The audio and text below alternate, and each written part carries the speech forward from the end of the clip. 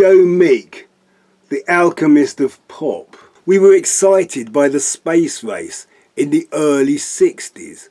No one was telling us it was all just a mock-up in a film studio. The communication satellite Telstar was big news. Its image was iconic. I flew a Telstar kite up to the highest heights. It was a time of Fireball XL5 and Space Patrol. There is a wooshing sound we associate with space travel. A sound that Hawkwind made a career out of. That sound of echoey bleeps.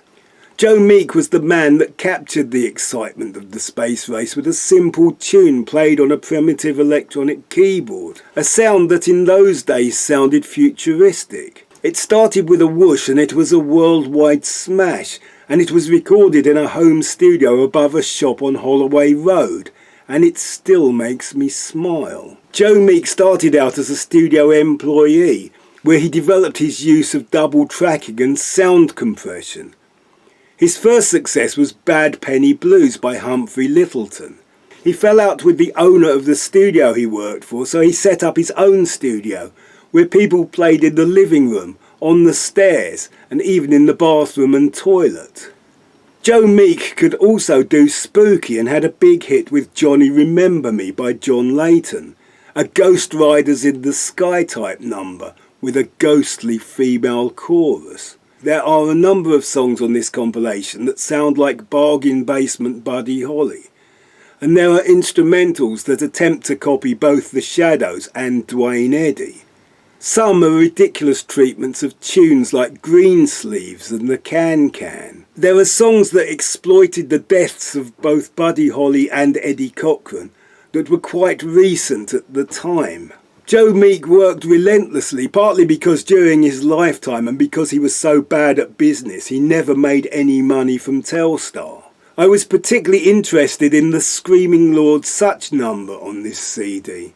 Hands of Jack the Ripper was a pioneer of shock rock long before Alice Cooper. Such emerged from a coffin at the start of his set, and he wore a black cape and a top hat. The poor quality of his songs and his singing limited his musical success, but he became one of the best known figures in British politics when he would stand for Parliament in every election and by-election.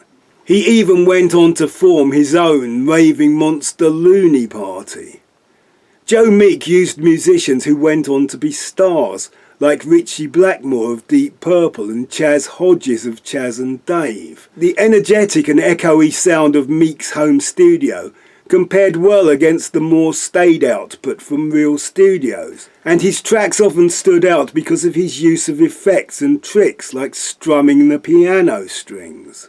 On this compilation CD there are 60s classics that still turn up on specialist radio stations and compilation albums. Songs like What Do You Want to Make Those Eyes at Me For by Emil Ford and the Checkmates, Angela Jones by Michael Cox, and Have I the Right by the Honeycombs. There is an excellent film about the strange life and death of Joe Meek.